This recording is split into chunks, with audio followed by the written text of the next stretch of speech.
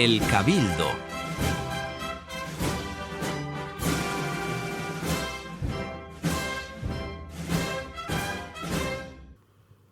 Muy buenas tardes, compañeros.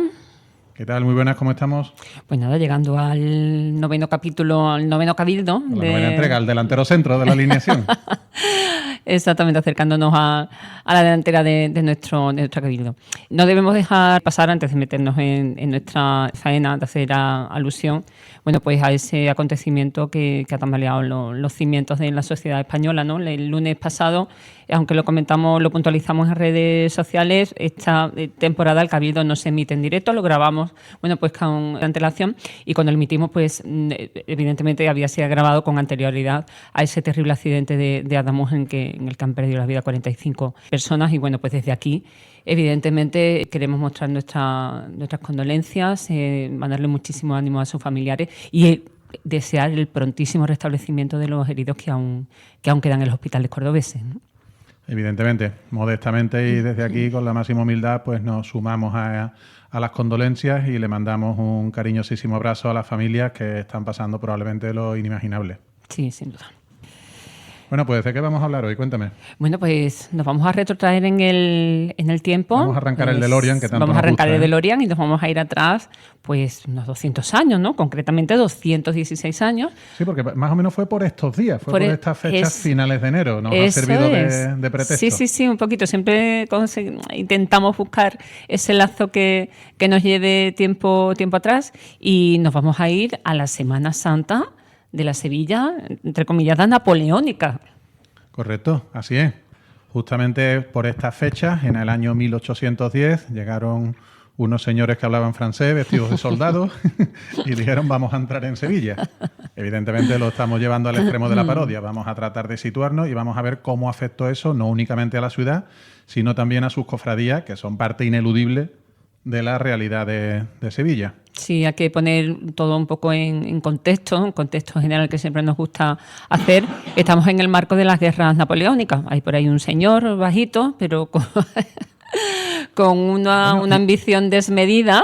Igual no era tan bajito. Yo he escuchado que eso forma parte de una leyenda que sus enemigos forjaron en contra de él. Bueno, que no es otro que Napoleón Bonaparte, ¿no? Que bueno, pues que tenía esa idea imperialista de hacerse con el control de Europa. Y bueno, como estamos en el marco de estas guerras napoleónicas, está enfrascado en un enfrentamiento con las potencias aliadas entonces de España, que eran Inglaterra y Portugal.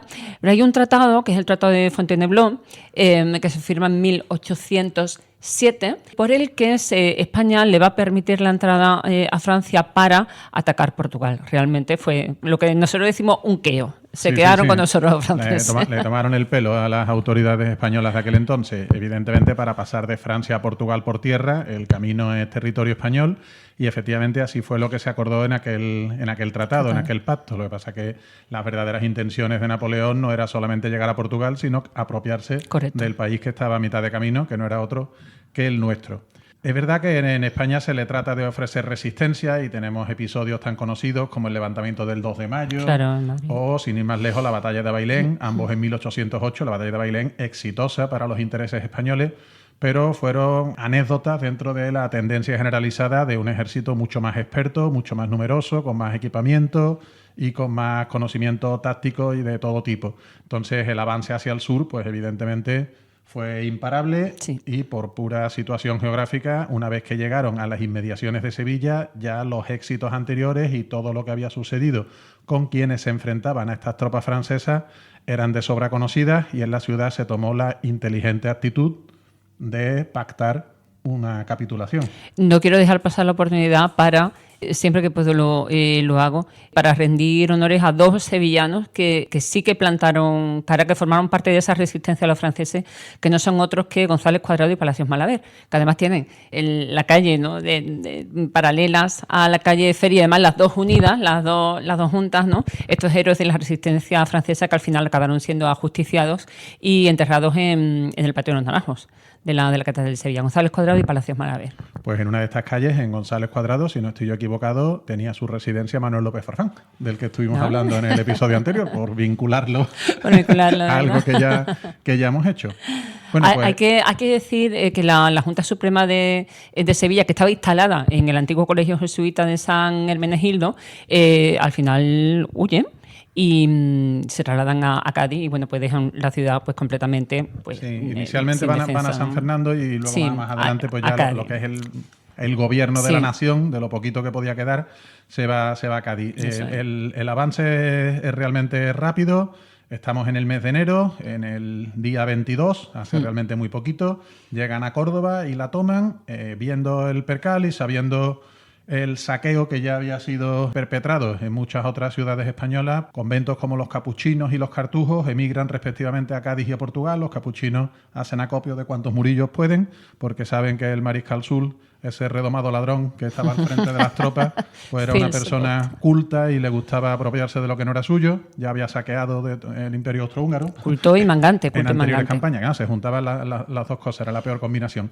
El día 30 llegan a las inmediaciones de la ciudad de Sevilla, lo que es Alcalá de Guadaira, y curiosamente, ya yéndonos al ambiente de las cofradías, había una procesión de rogativas ese mismo año de 1810, para ese día, para el 30 de enero, con la Virgen de la Iniesta Gótica, que iba a ser llevada a la catedral para pedir por el buen desenlace de la previsible batalla que iba a acontecer. Al final, como no hubo tal batalla, evidentemente no hubo tal procesión. Y el día 31 se plantan en Torreblanca, a las puertas prácticamente de Sevilla, y se produce allí una reunión en la que la ciudad dice: no vamos a ofrecer resistencia, por favor respeten a personas y bienes. Exactamente. Y luego hicieron lo que les dio la gana. Se firman unas capitulaciones que al final pues se incumplen de una forma absolutamente vergonzante. Entran los franceses en la ciudad. Ahora va a leer mi compañero José María la crónica de la época, pero bueno, que entra las tropas francesas, Mariscal Soult, Mariscal Perrin, José Bonaparte, ¿no?, que había enviado a su hermano como cabeza, ¿no?, para ejercer como monarca en la península, y hubo repique de campanas. De todas formas, vamos a leer las crónicas, que te has traído un libro maravilloso, que son Apuntes sevillanos del natural. Sí, me he traído un libro con una recopilación de textos históricos de Manuel Chávez Rey. Esto se escribe realmente en la segunda mitad del 19, pero bebe de fuentes que fueron contemporáneas, fuentes directas, y no tan distantes al tiempo en el que se hace la obra. Y entonces, en concreto, hay un capítulo que se llama La entrada del rey intruso, que ya podemos saber de qué rey se trata. Dice textualmente: el jueves 1 de febrero de 1810 entraron en Sevilla los franceses, después de haber cometido todo género de excesos en los pueblos de la provincia. Es decir, venían avalados por una fama más que justificada, saqueo. No solo en la provincia, sino en otros territorios españoles más hacia el norte. Cuando las tropas imperiales se acercaron a la población, el paisanaje, los sevillanitos de entonces, alborotado, recurrió a las autoridades en demanda de auxilios para preparar una defensa heroica. Pero el capitán general y el asistente y el cabildo eclesiástico procuraron calmar a la gente, diciéndoles que no iba a ser demasiada buena idea llevar a cabo esa resistencia. Llegaron los franceses a Torreblanca y una comisión formada por individuos del clero, de la magistratura, de las armas y de la nobleza pasó a entenderse con José Bonaparte y les propuso una capitulación que librase a la ciudad de desgracias y atropellos. Se aceptó por parte de los franceses y una vez que entraron, evidentemente ya hicieron lo que les vino la regalada gana. Los soldados entraron literalmente por la puerta de San Fernando, también llamada Puerta Nueva, que se encontraba al final de esta misma calle, camino de lo que hoy es la glorieta donde está la Fuente de las Estaciones, que por entonces evidentemente no estaba en ese mismo lugar. ¿Con quiénes entraron con él? Pues como tú bien has dicho, según se detalla aquí, junto al monarca intruso, llegó este ya renombrado general Soult, duque de Dalmacia, el barón de Arica y de Sermont, y una serie de consejeros, curiosamente de apellidos españoles, porque no hay que olvidar la tendencia de los afrancesados, que veían con muy buenos ojos la llegada de las tropas francesas, porque supuestamente iban a modernizar a una España que estaba realmente atrasada. Exacto. O sea, podemos entender que su intención era loable, aunque luego pues no le salió la jugada especialmente bien. De manera que venían estos consejeros, un tal Aranza, Carrabús, Solís, Montarco, Meléndez y otros muchos. Toda esta comitiva, sigo leyendo, vestida con ricos uniformes y rodeada de militar estruendo, pasó por la calle Nueva de San Fernando, Puerta de Jerez, Santo Tomás y Las Gradas. La catedral estaba engalanada, fue recibido por el cabildo el rey Bonaparte y después de una serie de minutos hubo bandas de música y hubo un recibimiento formal en el Alcázar. Hay que decir que José Bonaparte delegó en 2 comisarios regios, que fueron, los has citado tú, el conde de Montarco y Blas de Aranza. Y este último fue el encargado de gestionar las procesiones de aquel año. Ese señor, en Blas de Aranza, fue en quien delegó Bonaparte para todo el tema de las procesiones. Efectivamente, con la llegada de los franceses, evidentemente estas personas, intrusos, conquistadores, como queramos llamarlo, pero con un cierto conocimiento y una cierta cultura, sabían de las grandezas monumentales y artísticas de Sevilla y de sus manifestaciones religiosas. Hay que situarnos, todavía estamos muy al principio de los viajeros románticos que van a descubrir nuestros encantos para los europeos, pero aún así una ciudad como Sevilla, que había tenido tanta presencia y tanta importancia a lo largo de la historia, entonces el mismo Bonaparte mostró su interés en conocer el esplendor de la próxima Semana Santa. Recordemos que llega a principios de febrero y la Semana Santa... Claro, debía ser en un mes y medio. Aún así, antes de la celebración de esa Semana Santa se produjeron una serie de acontecimientos terribles para el patrimonio de nuestras hermandades, de nuestros conventos, monasterios e iglesias, traducido en la expulsión, en los cambios de sede forzados de muchas de nuestras hermandades, ¿no? Podemos citar, por ejemplo, el convento Casa Grande de San Francisco, ¿no? Lo que ocupaba, que hoy es la Plaza Nueva, que era la sede de la Veracruz, que sufrió un incendio. La hermandad pierde su capilla, aunque afortunadamente pudo salvar las imágenes. Los titulares y algunos imágenes fueron a casa de un hermano. Exactamente, se habían ocultado en domicilios particulares de hermanos de la corporación. Otros de los conventos que fueron saqueados y de los que tuvieron que salir las hermandades que radicaban allí, pues el convento del Carmen, el convento carmelita del Carmen, allí radicaba entonces la Soledad de San Lorenzo.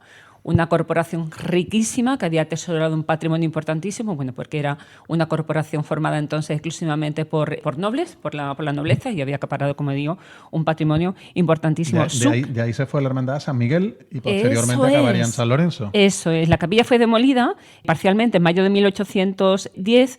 La imagen la habían podido poder salvaguardar con buena parte de las joyas porque le habían llevado al Palacio de los Bucareli, Santa Coloma, muy cerquita de la plaza de San Lorenzo, que con el tiempo pues acabaría siendo su sede. En este mismo canónica. convento del Carmen también estaba la Hermandad de las Siete Palabras, que por entonces no realizaba su procesión, pero que tenía algunos cultos, y de hecho tardaría en volver a salir hasta ya la segunda mitad del 19, y víctima de aquella circunstancia pues se perdieron la Virgen de los Remedios y San Juan, que se tuvieron que reponer ya adelantado este siglo. Otro caso también muy sangrante y que lo conoces muchísimo mejor que yo era el caso de la Lanzada, ¿verdad? En el convento de San Basilio. No únicamente, porque también estaba la Hermandad de la Cena allí, en la actual calle Relator. Calle Relator, correcto. De hecho, la Cena se tuvo que ir a San Gil y la Lanzada se tuvo que ir a San Marco. Y en el caso de la Lanzada, que bien conozco, como tú dices, porque he profundizado en su historia para miles de artículos que he hecho y porque además es algo que me gusta como hermano que soy, la capilla la convirtieron en una cuadra. Muy respetuosos estos franceses con lo sagrado, ya adelantamos, y la imagen de la Virgen, para quitarle la corona a machetazo limpio, pues la destrozaron. Fue por lo que, una vez ya restablecido el orden en la ciudad, se le encarga a Juan de Astorga la actual imagen de la Virgen del Buen Fin, porque la anterior, evidentemente, pues quedó impracticable. Sí, la Hermandad del Sagrado Decreto, que radicaba pues en lo que se conocía como el Monasterio de las Santas Justa y Rufina, hoy Basílica de María Auxiliadora, pues hubo de salir también y radicar en la parroquia de Santa Lucía. Del Convento de la Merced, actual Museo de Bellas Artes, tuvo que marchar Pasión hasta la parroquia de San Julián, cuyo párroco pues era secretario de la hermandad. Y otro de los casos, bueno, pues el convento de la Orden Tercera, ¿verdad? Que allí radicaba, estaba ubicada desde hacía 200 años la Hermandad del Amor. De hecho, esto me parece muy bonito. La Hermandad del Amor, hablaremos de ella en el segundo bloque. Sí, Adelanto eso. Sí.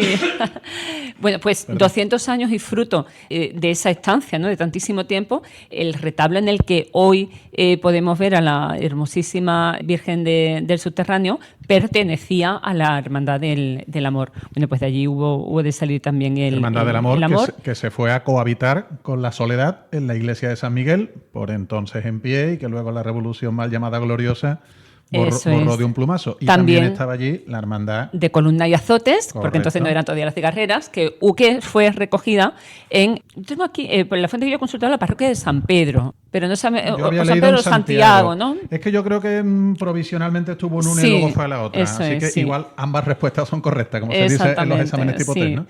O, por ejemplo, la Hermandad del Silencio, que ocultó la imagen del Señor del Nazareno en un emparedamiento con ladrillos en el muro de la casa del Marqués de Rianzuela. También se perdió el riquísimo paso de Carey y Plata, que se recuperó en parte ya en 1814, cuando ya habían salido los franceses en las proximidades de Andújar. Hasta allí había llegado, ¿eh? Hasta allí llegó el carro de los franceses. Exactamente. ¿No? También el convento del Pópulo, donde estaba la Hermandad de los Gitanos. El convento de San Agustín fue cerrado y También. la Hermandad del Crucifijo, que por entonces no tenía gran actividad, terminó en San Roque, el colegio de San Laureano, de donde tuvo que huir la Hermandad del Santo Entierro hacia San Juan de la Palma.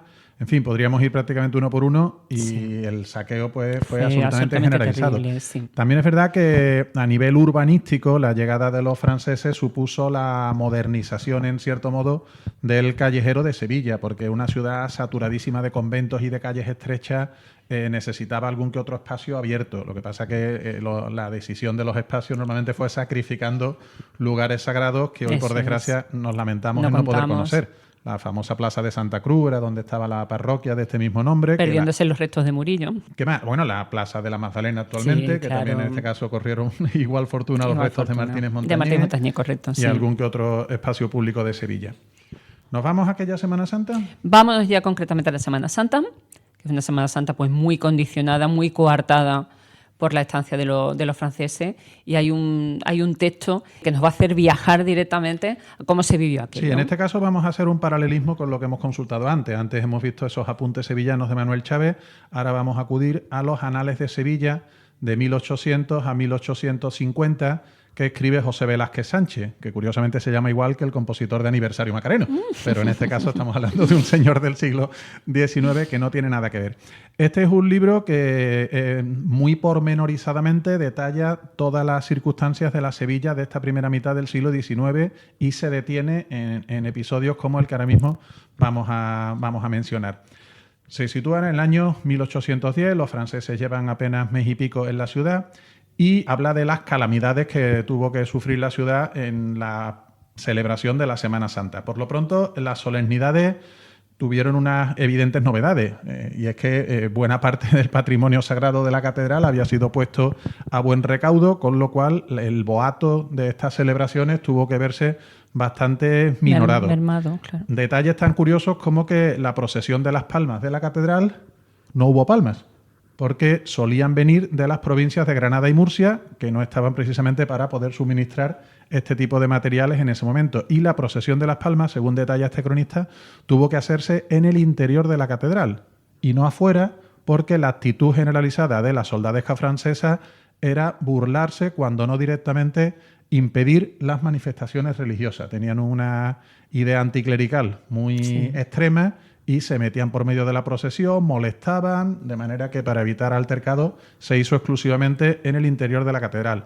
No se colocó el monumento, en fin, todo se limitó en sus formas expresivas. Y yéndonos ya estrictamente a lo que sería la Semana Santa, sabemos, como ya hemos mencionado antes, que José Bonaparte tenía conocimiento del esplendor de estas procesiones y, por tanto, pues mostró su interés. La Hermandad del Gran Poder recoge, bueno, pues esa orden, ¿no?, de empezar a organizar la Semana Santa para que el señor José Bonaparte pues pueda disfrutar del esplendor de la misma, y organiza una reunión a la que acuden la mayor parte de los hermanos mayores de las hermandades, y se reúnen allí para exponer las dificultades y los inconvenientes para procesionar, y entre comillas, porque esto lo recoge la historiadora Rocío Plaza en su libro Orígenes Modernos de la Semana Santa de Sevilla, a pesar de que todos tendrían mayor satisfacción en dar gusto a su majestad. Se acuerda que se pongan la efigie en los pasos y estos se preparen para la estación de penitencia cuando su majestad lo tenga a bien mandarlo. Y ojo, porque dicen, lo organizamos siempre que el gobierno preste sus auxilios necesarios para la decencia y decoro debido al culto. Quiere decir, nosotros le sacamos los pasos, pero oiga, el coste que tiene esto nosotros no lo podemos asumir. Estamos tiesos. Exactamente, la economía era fundamental para salir a la calle, ¿no? Entonces se vivía un momento muy, muy precario. Tras varias reuniones en una misma tarde, durante varias horas, solo deciden salir el Viernes Santo 3 hermandades. ¿Cuáles son, José? Pues efectivamente, en el texto este del que estábamos hablando hace un momentito, de José Velázquez, dice que las cofradías de Penitencia y Luz habían acordado no hacer estación, disculpándose por motivos teóricamente muy justificados, aunque ocultaban el motivo real, y era el odio que tenían al gobierno intruso La aversión, de José claro. Bonaparte. Estas hermandades que finalmente acordaron salir son la del Prendimiento de Cristo de Santa Lucía, que hoy conocemos como los Panaderos, la del Gran Poder de San Lorenzo, perfectamente identificada, y la de las Tres Necesidades, con su capilla propia en el barrio de la Carretería. La primera y la tercera llevaron su ordinario cuerpo de nazarenos y penitentes, es decir, estamos hablando del Prendimiento y de la Carretería. Y la segunda, convite de gala y duelo, es decir, fueron vestidos de serio, pero sin sus hábitos penitenciales. El Gran Poder, claro. El caso es que el rey consideró que aquello era un desaire, que le hicieran un boicot generalizado, y fue él el que boicoteó esta salida de las hermandades, de forma que se quedó dentro del Alcázar y no quiso asomarse al exterior a presenciar las cofradías, y probablemente pues bastante enfadado. Hay un dato muy curioso porque... Perdona, a pesar de que le habían habilitado un palco. Sí, claro, su palco y todo, ¿no? Que no le faltaba de nada. Un palco de autoridades. Los palcos, como hoy conocemos, son posteriores. Son posteriores, sí. Lo que le habilitaron era en la puerta del Colegio de San Miguel, es decir, en las mismas inmediaciones de la catedral. Sí, sí, sí. En la Hermandad de las Tres Necesidades, la carretería que conocemos nosotros, salió a la calle con el compromiso de varios hermanos, se habían comprometido a sufragar ellos los gastos que suponía salir a la calle. ¿Qué ocurre? Que cuando termina la procesión y hay que empezar a pagar pues todo el coste de la misma, pues se vio que algunos de estos hermanos no habían puesto un duro. Una actitud muy sevillana esa, ¿eh? Sacar pecho y esconder la cartera. Eso, después, y esconder la cartera. Entonces se vio que faltaban bastantes reales y bueno, pues se organiza un plan de pago para poder saldar esa deuda poco a poco, ¿no? Aún así hay que decir que dentro de las solemnidades de Semana Santa, aunque hubo este desencuentro, digamos, con las cofradías en las propias procesiones, las autoridades, en este caso tuteladas por los franceses, sí que realizaron una protocolaria visita a los sagrarios. Y ahí parece que el respeto sí que imperó. De hecho, se menciona que recorrieron los sagrarios de la Catedral, del Salvador, de San Miguel, de San Vicente y de la Magdalena. Estaba acordonada la tropa en un sitio para que ni la gente las provocara, ni ellos pudieran meter la pata de ninguna manera, y en cada parroquia el tesorero dejó una limosna. Así que al menos oficialmente todo fue como la seda. Sí, se llevaron 999 obras de arte de la ciudad. Le faltaron carros, ¿no? Le faltaron carros, efectivamente. Y bueno, sufrimos un expolio sumado al de la desamortización posterior, del que la ciudad muy difícilmente ha podido recuperarse, porque no volvió prácticamente nada. De hecho, es que no volvió nada a la ciudad, porque parte de lo que se... Bueno, algunas obras de arte las devolvió el gobierno francés en un pacto que firma Franco con el mariscal Pétain, pero se quedaron en Madrid, en lo que yo cuento, y además que no me importa decirlo así, el segundo expolio, que es el que hace Madrid, que se queda con esas obras de arte que pertenecían a Sevilla. Efectivamente, hay que decir que el siglo XIX, creo que todos lo saben ya, no fue especialmente amable para la religiosidad, o al menos para la Iglesia como institución. Sí. Entonces, procesos como la desamortización, por muy bien intencionados que pudieran ser en una sociedad con grandes desigualdades en los repartos, con muchas propiedades absolutamente ociosas, pues a la hora de la verdad terminó en las manos de los de siempre, como suele pasar.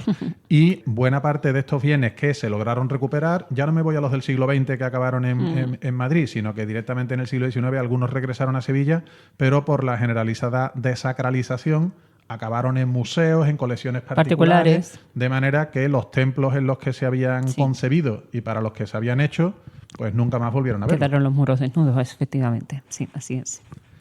Bueno, vamos a, si te parece, hacer una pequeña comparativa de las cofradías antes y después de esta situación tan complicada. No vamos a ir al detalle del año, pero sí podemos aproximarnos en un periodo de tiempo razonablemente cercano. Para ello vamos a acudir a otro libro de cabecera de todos los que amamos la literatura cofradiera, que no es otro que Las Glorias Religiosas de Sevilla, de Bermejo y Carballo, uno de los primeros intentos de compendiar las historias y la tradición de las hermandades, no el único, pero quizás el que más herencia nos ha dejado en nuestros días.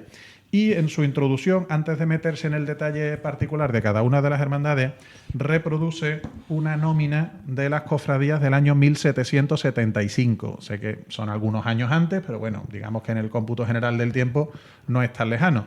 Y había una nómina de hermandades bastante completa, según podemos ver.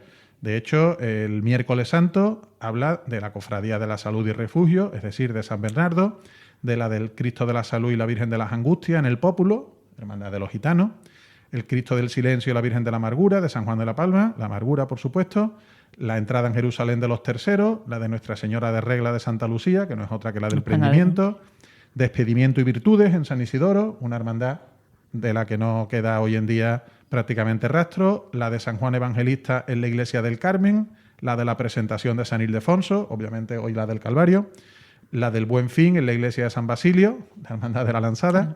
El Jueves Santo hablamos del Dulcísimo Nombre de Jesús en San Pablo, Quinta Angustia, columna y azotes en los Terceros, las 5 llagas de la Trinidad, el Dulce Nombre de María de las Niñas Huérfanas, que quiero entender que es la antecesora de la actual Hermandad de la Bofetá, del Dulce Nombre, la de las Angustias del Carmen, la Verónica y Coronación de la Iglesia del Valle, el Traspaso de San Lorenzo, la Humildad y Cena en San Basilio, la Sagrada Oración en el Huerto. Estamos hablando ya de cerca de 20 hermandades y vamos por la mitad. Sí. En Montesión, San Juan Bautista de San Francisco de Paula, la de Nuestra Señora de la Antigua de San Pablo, la Veracruz en San Francisco, Pasión de la Merced, la Madrugada, la primitiva Hermandad de Jesús Nazareno de San Antonio Abad, la de la Sentencia en San Gil, las Tres Necesidades, recordemos que una hermandad que históricamente ha sido de madrugada, la de la Carretería, la Exaltación en Santa Catalina, también de madrugada, o Viernes Santo por la mañana, mejor dicho, las Tres Caídas de San Isidoro, la de Nuestra Señora de los Ángeles en su capilla propia,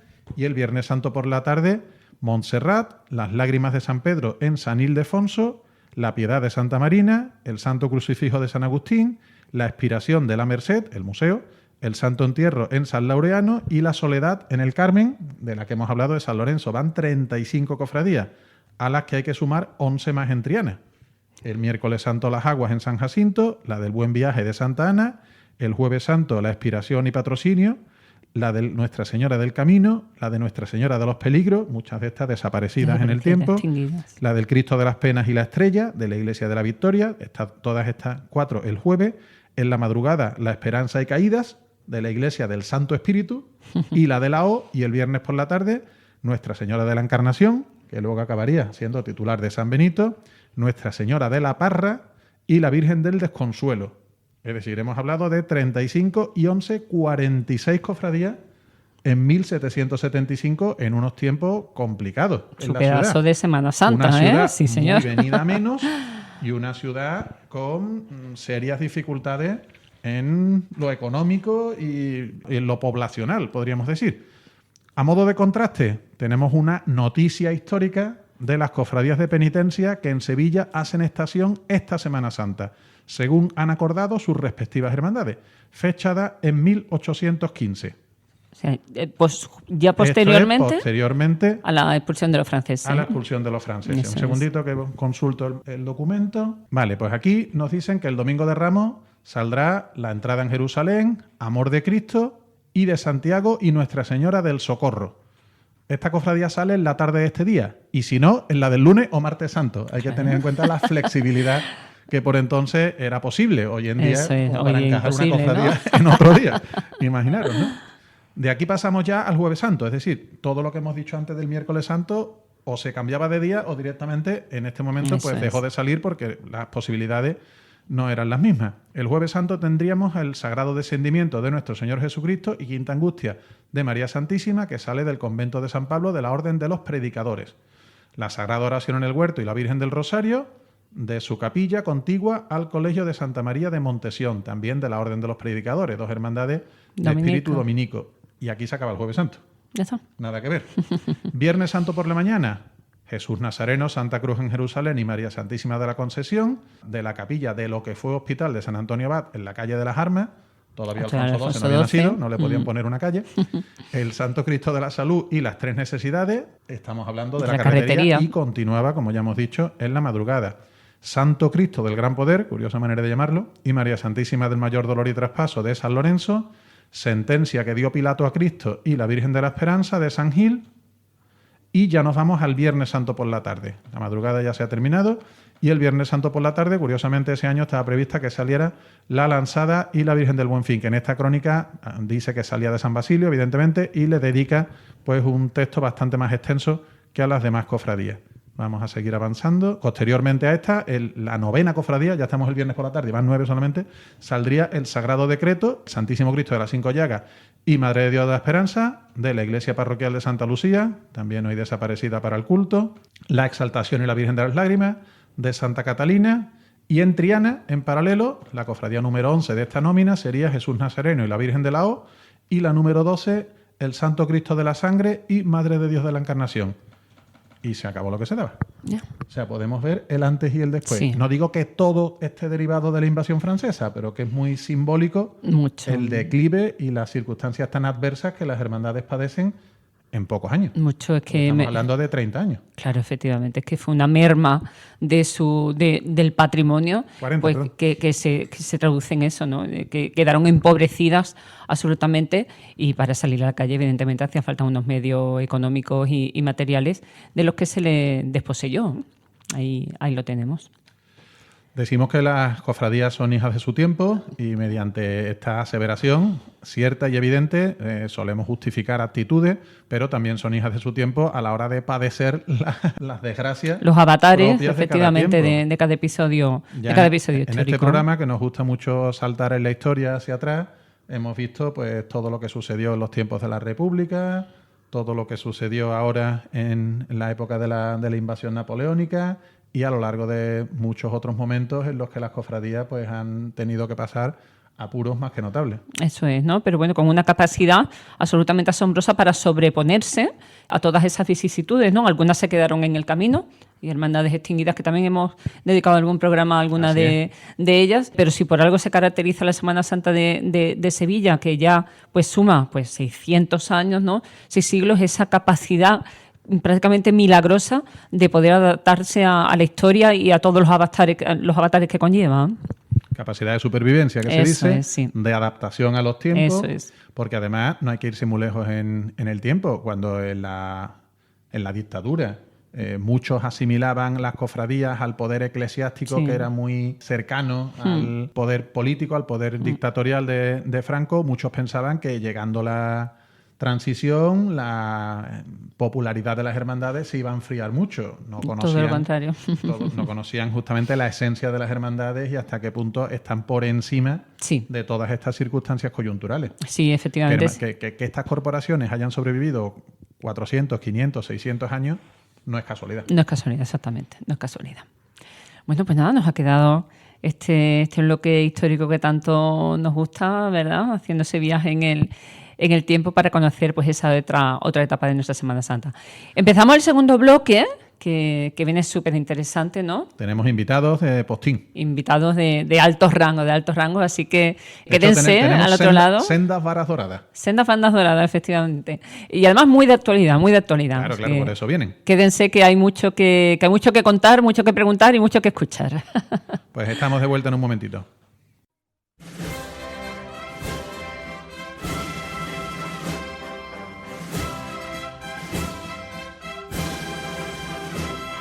El Cabildo.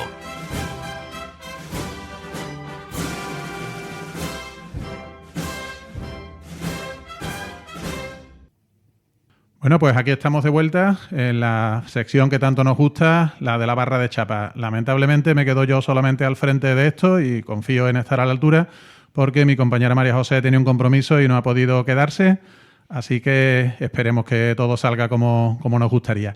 Tenemos además dos invitados de absoluta excepción porque son de hermandades punteras de Sevilla y no solo eso, sino que están de actualidad por distintas cuestiones que nos gustaría tratar con ellos. Así que, sin más dilación, metemos la cabecera y los pasamos a saludar.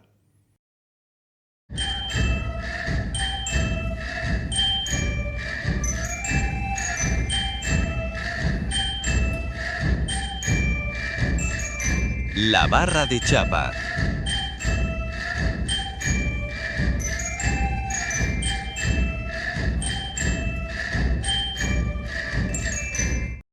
Bueno, pues a mi derecha, yo sigo todavía pensando que esto es audiovisual, solamente es audio de momento, así que le tenemos que echar un poquito de imaginación.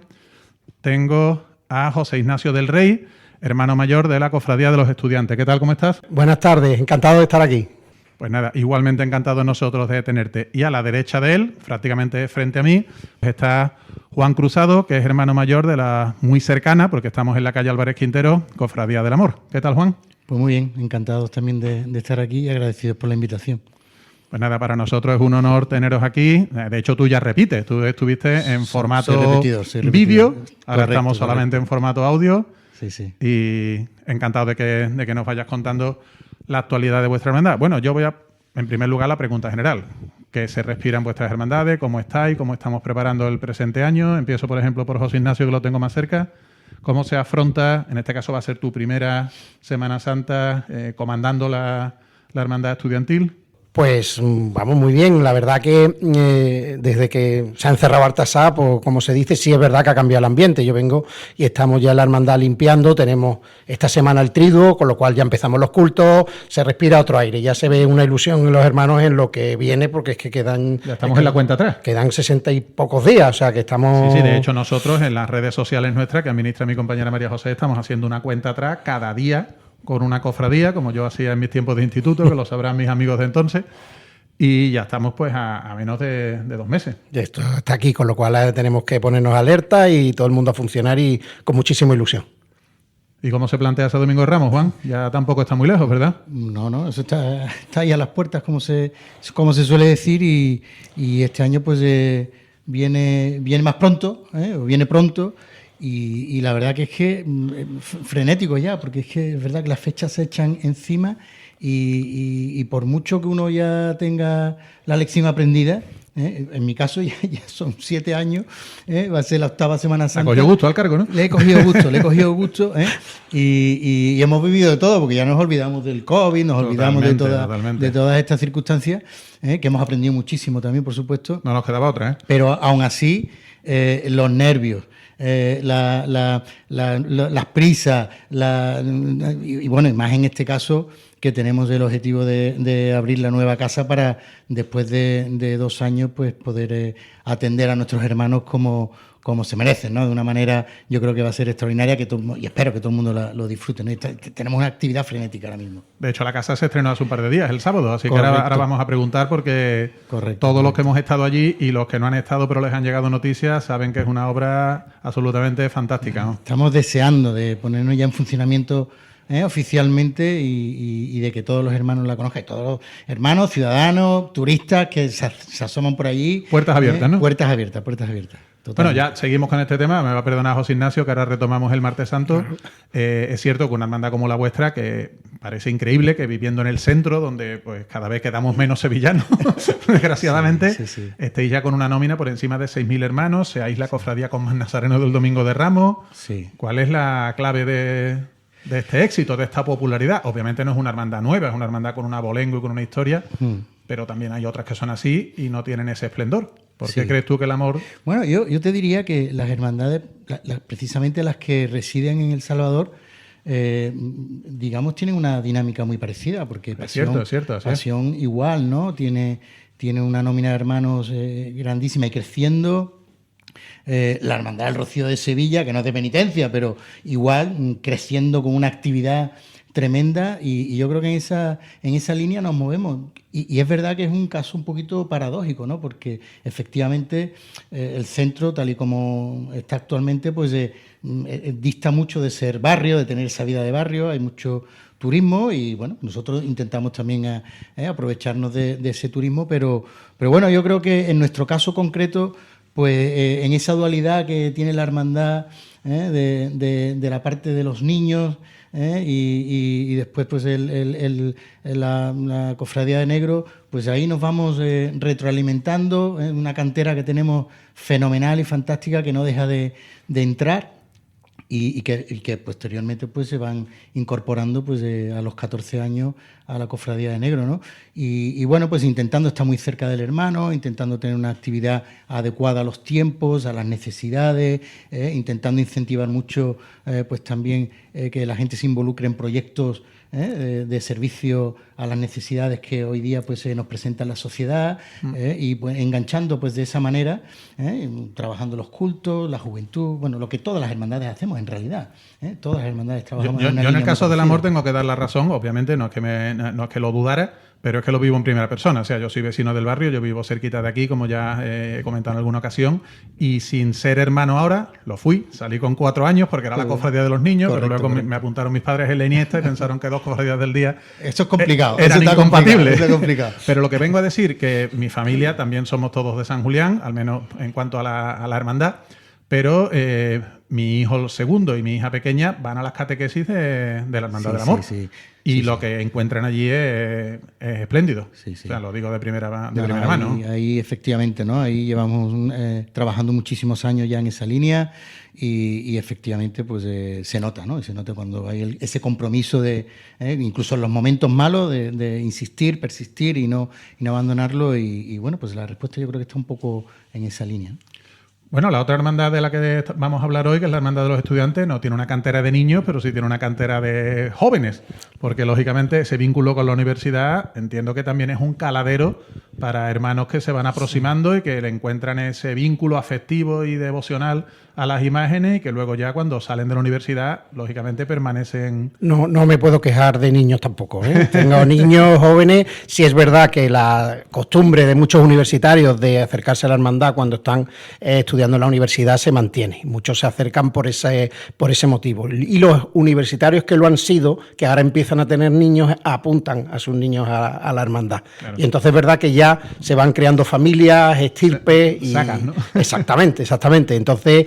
eso te permite tener actividades para todas las edades. Cierto es que nuestras actividades se vinculan más o se centran en el público más juvenil o universitario, porque claro, donde estamos nos mediatiza mucho en el buen sentido, en el sentido de que nosotros nuestra labor la hacemos en la universidad y dentro de la universidad, y entonces eso tiene unos requisitos muy, muy particulares. ¿Es cierto eso que se decía siempre de que lleváis tantos penitentes porque hay muchos alumnos que han prometido que si aprobaban iban detrás del Señor? Y ¿O yo es una creo, leyenda urbana? No, yo creo que ahora aprueban más porque van bajando los penitentes, aumentando los cirios. Van bajando los penitentes. Ahora se ha estabilizado, pero nosotros llegamos a sacar más de 600. Sí, lo sé. Y ahora Era estamos interminable aquello. en 400 y pico. O sea, que yo creo que la gente o aprueba más o se aplica más, pero sí, esa leyenda siempre ha existido. Así es. Bueno, yéndonos ya a la triste actualidad, lógicamente la Hermandad del Amor, lo más inminente que ha tenido en esta fecha ha sido el estreno de la ansiada Casa Hermandad, porque las instalaciones que tenía, tanto las que están en el propio edificio de la Colegial como las de la calle Galindo, han estado bien hasta que han dejado de ser suficientes para el calibre que actualmente tiene la hermandad. Entiendo que estáis ilusionadísimos porque son unas dependencias espectaculares, ¿no, Juan? Sí, no, estamos encantados y la verdad que son, digamos, momentos significativos sobre todo porque es un proyecto que llevamos ya varios años. Sí, esto no es de un día para otro, evidentemente. Correcto. Vamos, de hecho, casi, no 7, pero 6 años y pico desde que empiezas un poco a negociar, a identificar que aquello era una posibilidad, aunque lo veíamos muy remoto, por las circunstancias del edificio, digamos, por las cuestiones de los costes, de las obras, todo era muy difícil, pero bueno, esto como todo en la vida, pues ha habido un grupo de personas de la Junta de Gobierno, fundamentalmente los tenientes y los mayordomos contadores, que se empeñaron. Sí, los mayordomos han tenido que hacer más número que Pitágoras, ¿no? Han insistido, no se han venido abajo, y si bien era muy remoto, pues lo han conseguido, con mucho esfuerzo, con mucho trabajo, con mucha tenacidad, muchas dosis de tenacidad, y bueno, pues ahí está el proyecto. Yo te digo que en obra llevamos 2 años, y aquí pues también puntualizar porque nuestro teniente, que es arquitecto, ha puesto su estudio a disposición y llevan 4 años trabajando a destajo, desinteresadamente, y bueno, pues ha sido un lujazo. Así que el sábado tuvimos la bendición, estuvo el señor arzobispo, estuvo el alcalde de la ciudad, estuvo el presidente del consejo, hermanos mayores de la colegial, de la parroquia de San Isidoro, en fin, rodeados de amigos, de hermanos, y bueno, fue un momento maravilloso, lo disfrutamos tremendamente y para nosotros que hemos estado en primera línea, pues una satisfacción enorme, ¿no? Una satisfacción además... Lo que se suele decir del deber cumplido. Sí, muy, muy satisfecho y ahora pues queda el reto importante porque el reto es ahora pues darle o conseguir los objetivos que tiene poner en funcionamiento esa casa, ¿no? Que tenga la vida adecuada, que se pueda trabajar, que esté al servicio de todas las necesidades que nosotros tenemos como compromiso, como hermandad, que lo disfruten pues también todas las personas, que son muchísimas las que se asoman a esa puerta, turistas que hay. Es impresionante el paso de turistas que hay por ahí. Yo de eso doy fe porque vivo cerca y más de un curioso se asoma por allí y dice, ¿esto qué es? Y entra a mirar, claro. Es una cosa, y encantado, ¿no? Que también pues se lo decía al alcalde, ¿no? Dentro de todo, pues que haya un lugar también en el que pues podamos enseñar o mantengamos nuestra identidad, nuestra cultura, y que enseñemos también a los demás pues un trocito, ¿no? de Sevilla, ¿no? De nuestra realidad, de nuestro día a día, que yo creo que las hermandades pues son esa realidad muy, muy, muy importante, ¿no? En la ciudad, ¿no? Y cumplimos un papel todas, una función muy, muy importante. Bueno, y está bien que seamos capaces de que la gente lo conozca, ¿no? Así es, una de las ventajas de tener una casa hermandad más espaciosa, obviamente, es que todo el patrimonio se puede tanto conservar como exponer de una manera pues mucho más adecuada y mucho más correcta, ¿no? En el caso de los estudiantes también tenéis unas dependencias realmente interesantes, realmente cómodas para exponer allí la mayoría de vuestro patrimonio, y al hilo del patrimonio hay una pregunta que estoy obligado a hacer y es el paso de Cristo de la Buena Muerte nuevo, que parecía que estaba aprobado por los hermanos y que iba para adelante, pero parece que no está terminado al 100%. Si nos puedes ilustrar un poquito más, porque sé que el 4 de febrero tenéis una cita con los hermanos. La pregunta del año. Claro. Ya sabías que viniendo aquí te iba a caer, ¿no? Antes o después, ¿no? Y con gusto, Luego te preguntaremos por el Sevilla y es importante. Sí, vamos, el día 4 tenemos el Cabildo General, que es el de cuentas ordinario del primer periodo, de lo poco que llevamos para acabar el año, del segundo semestre del año pasado, y sí entendíamos que había que introducir un punto en orden del día meramente informativo sobre cómo estaba el proyecto. La idea es que cuando nosotros hemos llegado a la Junta de Gobierno, entendíamos, haciendo un símil como estamos en un sitio deportivo, que la pelota había que bajarla al suelo. Perfecto. Y este proyecto es demasiado importante como para precipitarse. Es decir, no es una cosa que... Y los aniversarios y demás te traen la problemática de que muchas veces te metes una presión innecesaria a la hora de terminar las obras. Aprovechando además que nos indicaron, y bueno, adelanto lo poco que voy a adelantar, pero voy a reservarme para que sean primero los hermanos, luego Por ya supuesto, os contaré todo. El proyecto no está terminado, no estaba terminado del todo. ¿Qué le falta exactamente para hacer un poquito más? Le falta pues algunas partes de la crestería, unas cartelas, no tiene parihuela, es decir, vale. Hay que montarlo. Tanto decorativo como funcional, exactamente, ¿no? Vale. Exactamente. Entonces, nosotros lo primero que hemos hecho ha sido pedir informes a los técnicos que han trabajado, estamos hablando con la comisión artística, es decir, un poquito enterarnos, ver cuál es la situación para trasladársela a los hermanos, porque sí detectamos que entre los hermanos había cierta perplejidad en el sentido de que desconocían lo básico del proyecto. Entonces, un proyecto de esta envergadura, que debe ser un proyecto de hermandad, lo primero que vimos era que los hermanos deberían estar informados del proyecto.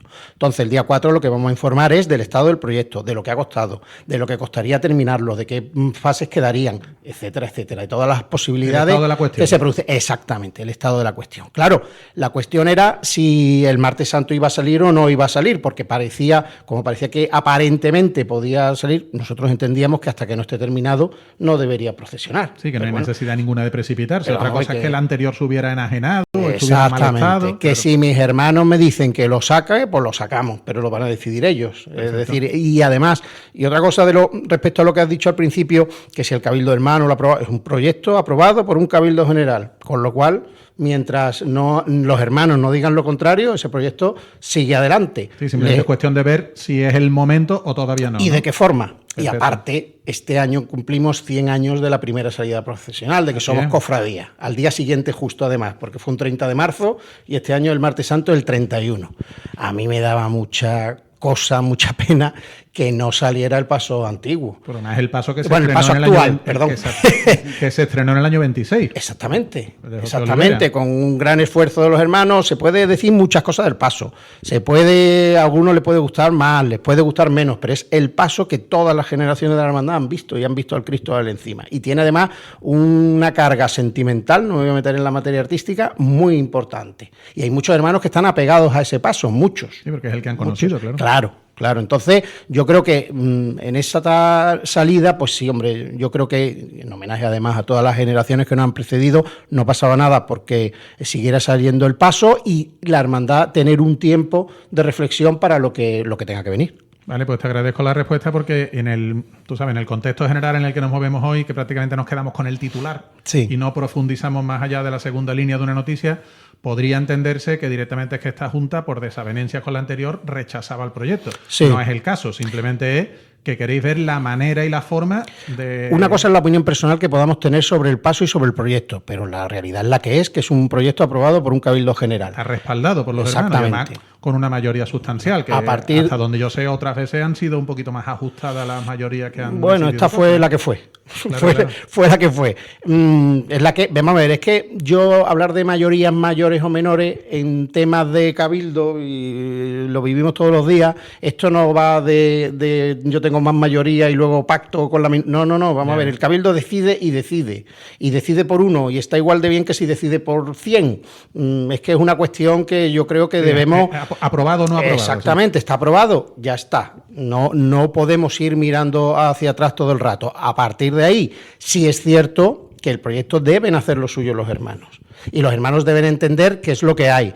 Y si quieren cambiar algo, pues poder cambiarlo y poder participar. Es decir, porque es que si no, no vamos a conseguir que el proyecto sea de todos los hermanos. Y vamos a entrar en una dinámica, como se ha entrado en otros sitios, que tú estrenas el paso y resulta que tampoco funciona. Y entonces no terminas nunca de tener un paso definitivo por una imagen como el Cristo de la Buena Muerte. Sí, bueno, y que yo también entiendo que en el ánimo de la Junta está que este tema no cree una división en los hermanos. Que es lo Por que en supuesto, ningún momento tendría que dividir suceder. siempre es lo último. Yo creo que hay que integrar y la idea nuestra era integrar. Además, nosotros desde el principio, cuando nos presentamos a las elecciones, lo dijimos, era una cuestión de repensar el proyecto, plantearlo, pero sobre todo desde la opinión a los hermanos y desde dándole la posibilidad de que participen. A partir de ahí, nosotros vamos a intentar no tutelar el proyecto en el sentido de decir por dónde queremos tirar, no, queremos escuchar primero y a partir de ahí pues intentar ver cuál es el sentimiento mayoritario para que pueda convencer al mayor número posible de hermanos. Pues me parece una actitud perfecta, por mi parte, desde luego, seguro que sí. Yéndonos ya a lo que tiene que llegar, que es la Semana Santa, es para lo que estamos contando los días, para lo que al fin y al cabo los cofrades siempre esperamos que llegue. ¿Cómo se plantea el Domingo de Ramos? Porque nuevamente tenemos... Apretado. La entrada en Jerusalén va a tener que salir un poquito antes, seguramente, siempre. porque el día se adelanta media hora. Sí.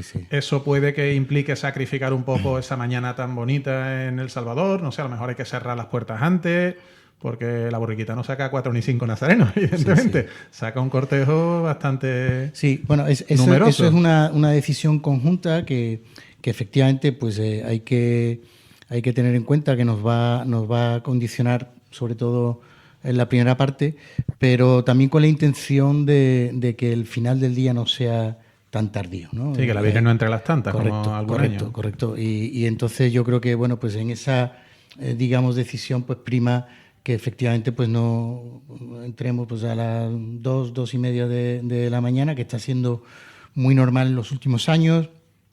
También pues la Hermandad de la Estrella demandaba no entrar a las 3:30 de la mañana, la amargura en caso similar. Ha pasado del penúltimo al antepenúltimo Ha nuevamente, vuelto ha recuperado su lugar tradicional. Al antepenúltimo, correcto. Y bueno, pues eso ha sido un poco el movimiento de este año. Y insistiendo, ¿no?, que sobre todo en la parte final del día, pues que podamos movernos en horarios más normales, ¿no?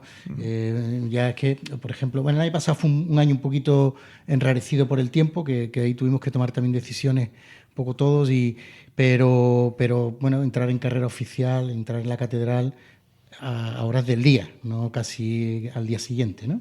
Claro. Este año entramos ya, la Virgen estuvo entrando prácticamente a las 12 de la noche. Tradicionalmente, ¿no? La última hermandad del día tenía ese privilegio ganado por su antigüedad, pero ¿hasta qué punto ser la última es un privilegio o no? Lo digo porque hay hermandades... Casi un castigo. Claro, hay hermandades como el Museo, se está planteando, otra hermandad de la que yo soy hermano, como es la Lanzada, que llegó a decir, yo sería la última, pero prefiero no ser la última. Sí. ¿El Amor en algún momento se ha planteado cambiar esa situación o por el hecho de estar tan cerca y por la tradición? Bueno, a ver, que no sé hasta qué punto es un poquito, escenario que se ha contemplado. Claro, un poquito también en los criterios que desde el Consejo se trasladaron para la organización en general, ¿no? De tener unos criterios homogéneos pues eso, ¿no? Pues primaba que las más cercanas deberían de ser las últimas en salir, etcétera. Sí, pero por esa regla de 3 Jesús despojado tendría que salir más para atrás. Nosotros venimos a decir que a lo largo de la historia, pues todos hemos ido, la Semana Santa ha ido evolucionando, sobre todo hemos ido creciendo todos muchísimo en los últimos 15 años, pues el crecimiento de todas las hermandades en general ha sido muy, muy grande. La Hermandad del Amor, pues había años, ¿no?, que salía por la tarde, o sea que el Cristo salía de día. Sí, hay fotos, el cartel del año 83 es el Cristo bajando la rampa de día. Correcto, ¿no? Pero de día, ¿no? Esto que cambia la hora, ¿no? Y que de repente pues hay un poquito de luz, no, de día. Entonces, bueno, pues es verdad que nosotros hemos ido, como estamos además en los dos extremos, abrimos y cerramos. Pues, sois el alfa y el omega. Cada vez nos hemos ido alejando más, pero de manera muy considerable.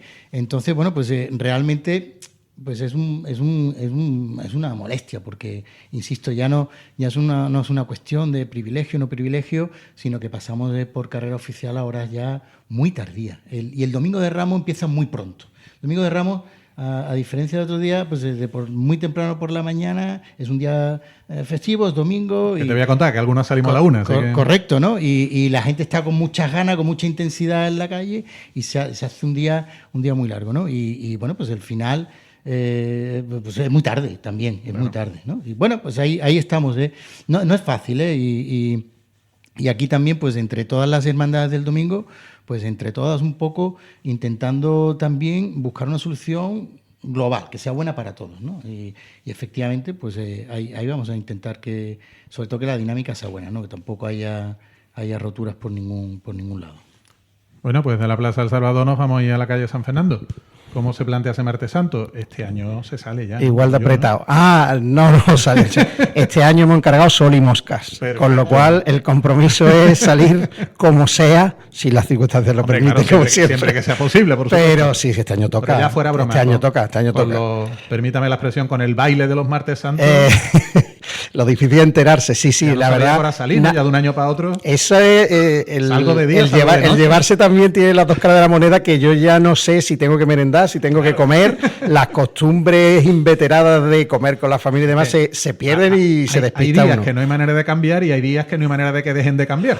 A mí me ha pasado que he tenido que consultar la hora de salida de mi cofradía, algo que no me podía entrar en la cabeza. Parecía, bueno, ¿a qué hora hay que estar? Para organizarme yo ese día, porque es verdad que ha sido mucho cambio. Yo tengo un primo que fue diputado mayor de la Candelaria y en 4 años hizo 4 horarios y 4 recorridos distintos. Es que nos gusta mucho esto a la gente del martes, ¿eh? Y nos encanta ese horario. Por mi año de diputado mayor, exactamente, es que nos va la marcha. Y yo creo que además todavía no hemos terminado, que es lo peor. O sea, claro, porque además este año, con el tema del cambio de sede de los Javieres, hay otro... Aquí hay dos dinámicas. Primero, porque antes iban las 3 de enero. Claro, la meteorología ha impedido que los planes se probaran al 100%, entre otras cosas, muchas veces por cuestiones nuestras de no salir, y ahora encima los cambios de sede, pues también el cambio de los Javieres es importante, porque no es lo mismo salir de la calle Feria que de su ubicación actual, más luego la vuelta, que este año la van a hacer por el Postigo, como yo creo que van a probar un poquito, sobre todo por el ritmo de la cofradía. Entonces tenemos que seguir viendo y ajustando. Nosotros hemos retrasado la salida porque la gente, yo en los años de diputado mayor de gobierno es que lo decía mucho, es que el problema era la alfalfa y todo el mundo el martes santo miraba la alfalfa, que era un verdadero problema. Sí, pero yo levantaba la mano y decía que el problema está en la puerta de Jerez, que si el cerro yo no lo dejo salir, aquí no salía nadie. La Plaza del Triunfo era otro cuello de botella, claro. Y ese cruce no se solucionaba, y que era el que nos obligaba a nosotros a salir, pues como hemos salido siempre, muy temprano. Y entonces, bueno, pues cuando eso ya se ha cambiado, el cerro este año vuelve por la calle Francos también, Sí. probando esa Vuelve por San circunstancia. Bernardo. Claro, permite este nuevo cambio. Bueno, pues habrá que probar y ponerse a disposición. Yo creo que la cuestión va a ser, a partir de Semana Santa, si conseguimos hacer el Martes Santo entero, reevaluar, porque yo creo que todo el mundo no está contento, pero desde luego no hay nadie que esté absolutamente desencantado. Entonces, un buen... Era aquello de 8 heridos y 8 ningún heridos, muerto. ningún muerto. Eso en el martes siempre ha funcionado. Entonces la idea es darle una nueva vuelta de tuerca, viendo el nuevo recorrido de los Javieres y demás, para intentar dejar un plan casi definitivo. Eso nadie nos va a creer, pero bueno, casi definitivo, que por lo menos pueda durar 2-3 años, es decir, que se pueda asentar un poquito. Por lo menos sepa uno que ahora sale, ¿no? Exactamente. Yo, Vosotros- en mi cabeza, por más que cambia, tengo la hora de, Sí, de sí, sí. siempre, de por la tarde, Claro, claro. En la calle San Fernando y a esa hora. Yo me acuerdo y el año tengo que de- mirar el papel, ¿verdad? El año Sí, del sí. recorrido al Bueno, revés, lo de al revés ya lo fue... despistados claro, estábamos todos. Eso es grande. Eso fuera muy curioso desde dentro, Claro. porque desde dentro yo veía a la gente y la gente no sabía ni a dónde estaba ni para dónde. Despistada, ir. claro. Claro, porque era cambiar las Que costumbres. la típica calle por la que te vas a la derecha te vas a la izquierda. ¿Esto qué es? ¿Y esto por dónde? ¿Y ahora a dónde vamos? Pues esta viene por aquí. ¿Cómo va a venir por aquí? Claro. Sí, fue muy curioso. Yo me acuerdo de ir a buscar las cofradías ese día y decir, pero un momentito, no vienen por este lado, vienen por el otro, pero está ya... Parecía uno que estaba en una magna de una ciudad cualquiera. Totalmente. Es decir, no sabía ni las calles ni las cofradías. Y era una sensación un poco extraña. Sí.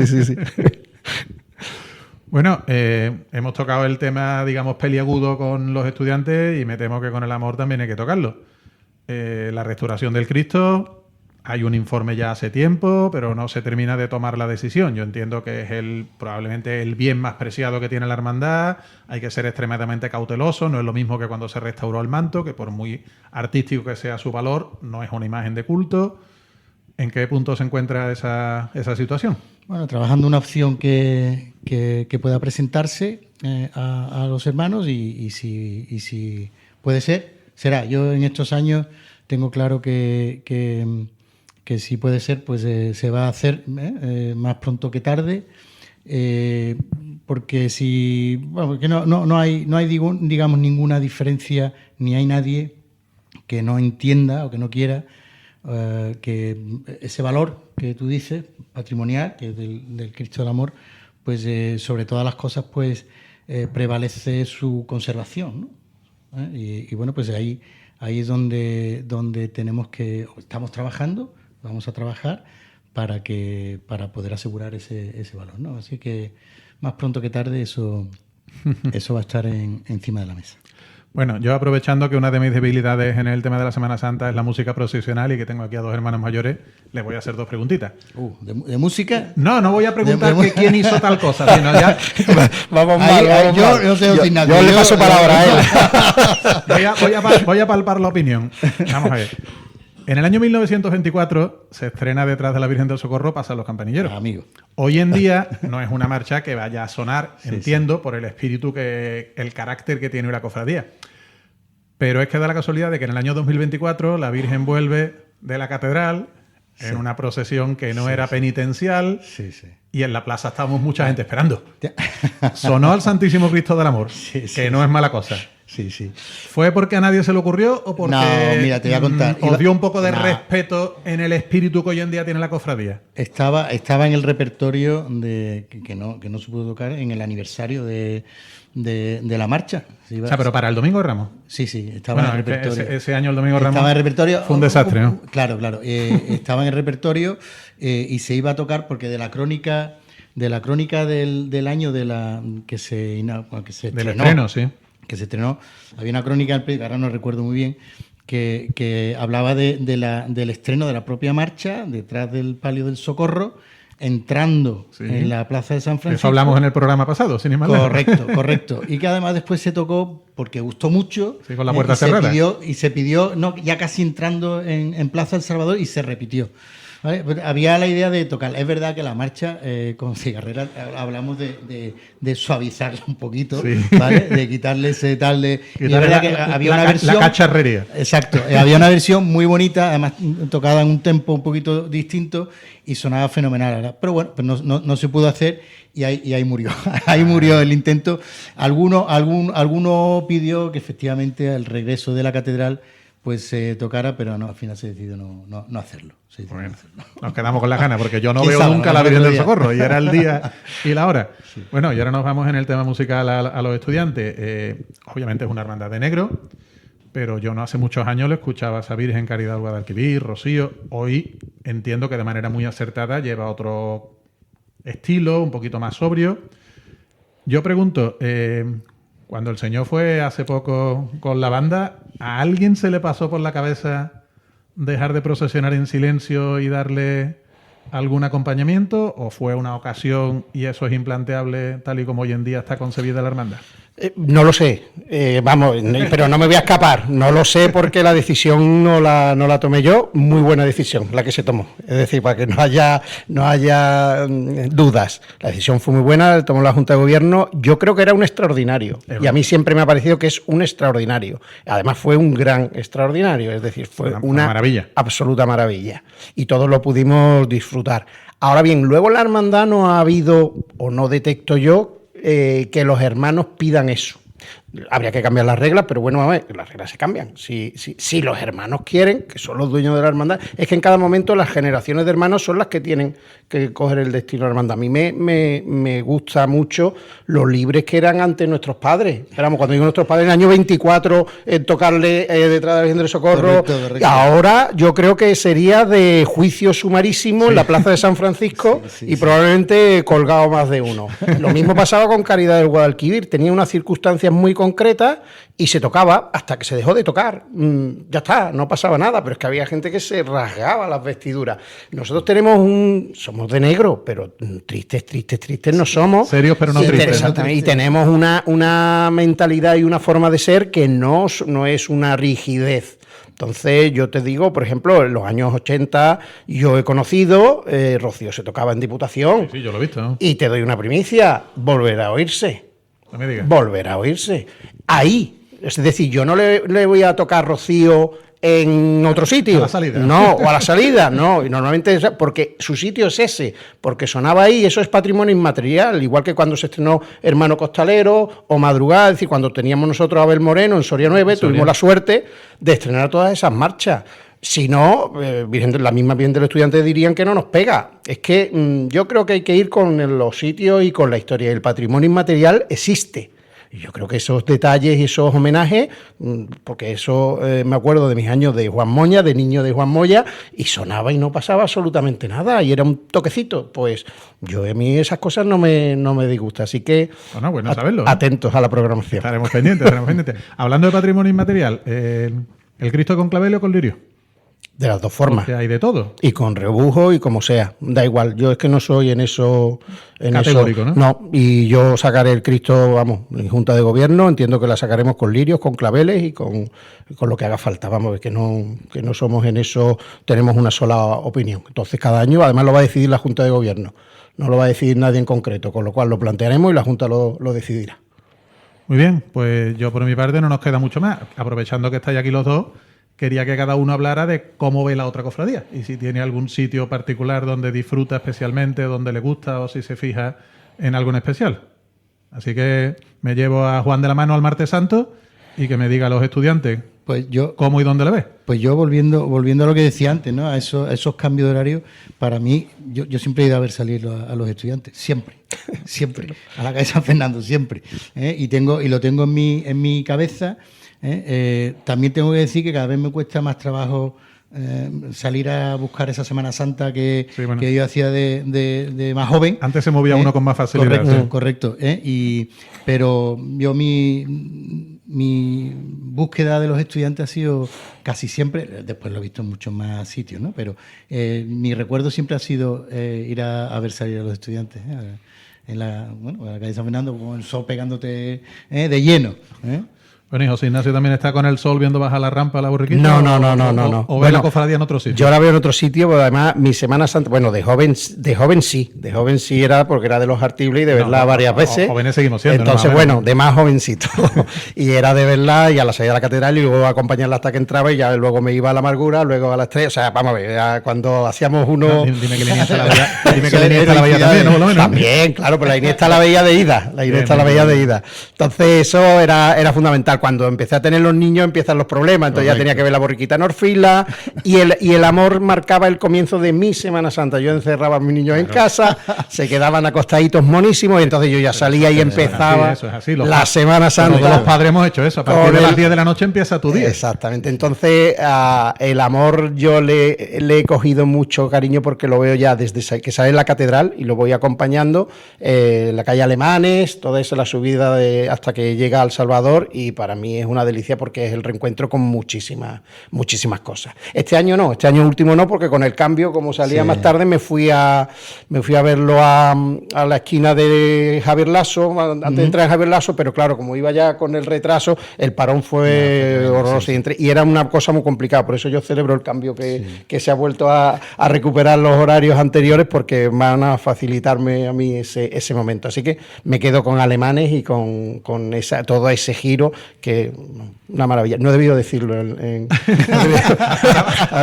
claro, es que debería haber dicho el amor por Mino Montano o algo de eso para despistar, pero bueno. La Virgen del Amor sale. Bueno, la Virgen del Amor sale ahí, pero bueno, es otro día, pero bueno, que se vaya. No, hombre, no, pero ahí.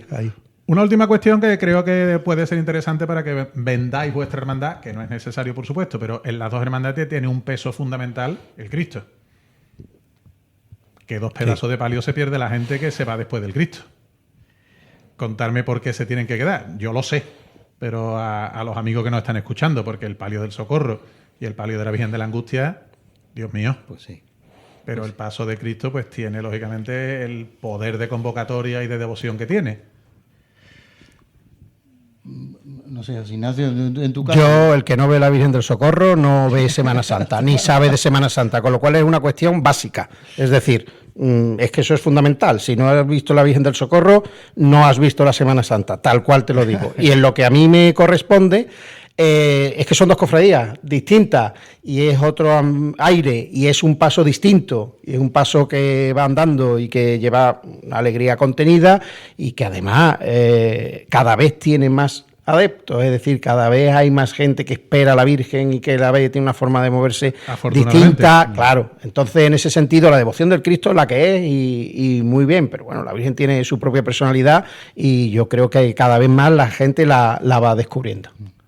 Sí, es que claro, es que lo que pasa son casos, yo creo, un poquito... Claro, es que son muy parejos los dos. Esta pregunta no estaba pensada, pero me ha venido a la cabeza. Es verdad que son 2 casos muy similares, ¿no? Es que la fuerza, ¿no? del peso, ¿no? Que tiene el crucificado en cada caso. Pero es verdad que después, acompañando al Cristo del Amor y al Cristo de la Buena Muerte, van dos palios con 2 estilos totalmente distintos, pero que son absolutamente espectaculares. Son colosales, ¿no? Los dos, ¿no? Absolutamente espectaculares. Y además que yo creo que un poco coincidimos en esa línea, ¿no? Que decías antes de esa... somos serios, pero no somos tristes, claro. ¿No? Y es verdad, ¿no? Yo creo que además eso permea un poquito la personalidad de la hermandad, lo que transmite, y los 2 palios son espectaculares y eso lo transmite muy bien. Y yo creo que de todas formas que esa tendencia cambia, ¿eh? Yo creo que eso que es verdad, que los 2 crucificados tienen un peso muy específico, pero yo creo que hay mucha gente que va buscando... ¿La cofradía entera? Sí. Pues por mi parte simplemente me queda agradecer vuestra presencia y contar con que no sea la última, sino que os tenga por aquí en alguna que otra ocasión. Así que muchas gracias. Y si vosotros, encantado. Yo encantado de estar y las veces que haga falta a vuestra disposición. Muchas gracias. Lo mismo, pues encantado. Agradecido que hayas contado conmigo en este caso y bueno, pues cuando queráis. Pues nada, y a todos nuestros seguidores, espero haber estado a la altura sin el apoyo fundamental de mi compañera María José, y los cito para el próximo Cabildo dentro de muy poquito, dentro de unos días. Sean felices. Síguenos en nuestras redes. Hasta el próximo programa.